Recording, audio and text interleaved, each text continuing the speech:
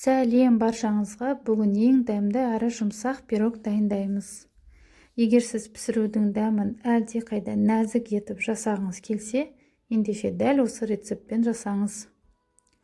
Лайк басып, каналыма жазылуды ұмытпаңыз. Ең алдымен 3 жұмыртқамызды жарып алып,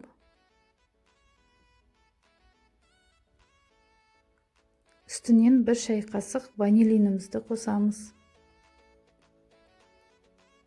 Кейін қантымызды қосып алып, барлығын біркелкі болғанша араластырамыз. Қантымыз толық ерігенше 5-7 минуттай ағарғанша араластырамыз. Мінекей дәл осындай масса шығу керек. Кейін ерітілген сары майымызды қосып алып,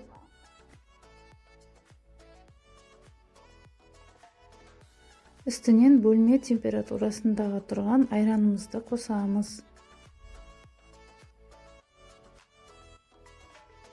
Біркелкі болғанша араластырамыз.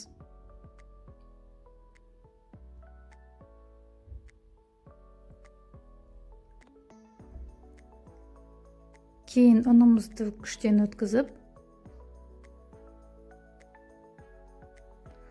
соңынан қопсытқышты қосып, барлығын біркелкі болғанша араластырамыз.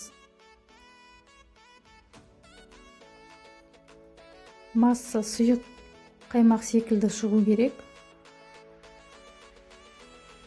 Дайын массамызды бір шетке қоя тұра, салмасын дайындап аламыз. Салмасына алша қосамыз, немесе алма қоссаңыз да болады.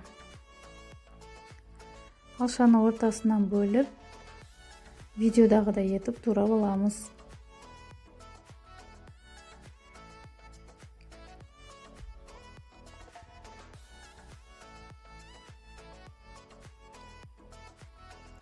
Формамызға пергамент қағазын төсеп,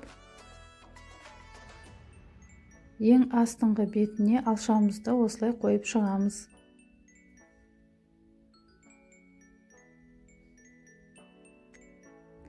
Қалауыңызша корица қоссаңыз болады.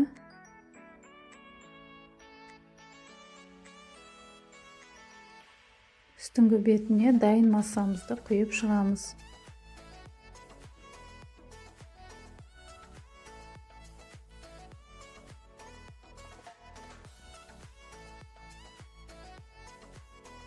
Пирогымызды қызып тұрған пеште 40 минутта 180 градуста пісіріп аламыз.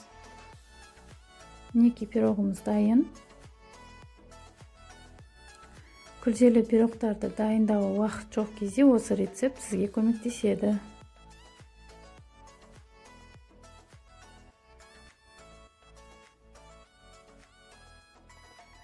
Қалауыңызша сахарная пудра сепсеңіз болады.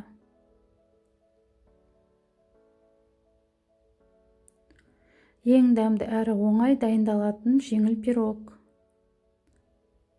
Отбасылық демалыс үшін дайындаңыз.